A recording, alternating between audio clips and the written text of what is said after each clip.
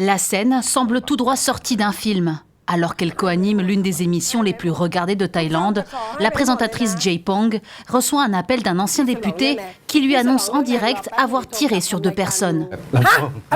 Quoi, vous lui avez tiré dessus? Mais pourquoi? Mais où êtes-vous? Vous lui avez vraiment tiré dessus? Il est mort? Juste avant cet appel, on aperçoit sur ces images capturées par une caméra de vidéosurveillance l'ex-élu conservateur de la province du Nonthaburi, Chalongrivrang, suivre 2 personnes se diriger vers une voiture, pistolet à la main. L'homme se rapproche de la fenêtre du véhicule avant de tirer. L'une des 2 victimes décède quelques heures plus tard à l'hôpital.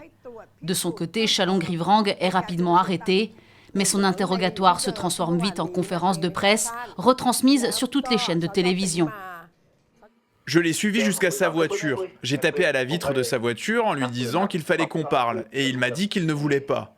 J'ai donc sorti mon arme, et j'ai dit qu'on devait se parler. Même si j'ai sorti mon arme, je n'avais pas l'intention de tirer. Mais son chauffeur a sorti une arme aussi, et l'a pointée sur moi, alors j'ai tiré. Principal mobile de cette fusillade meurtrière, une dette d'argent selon le suspect. Mais le chef de la police s'est refusé à tout commentaire.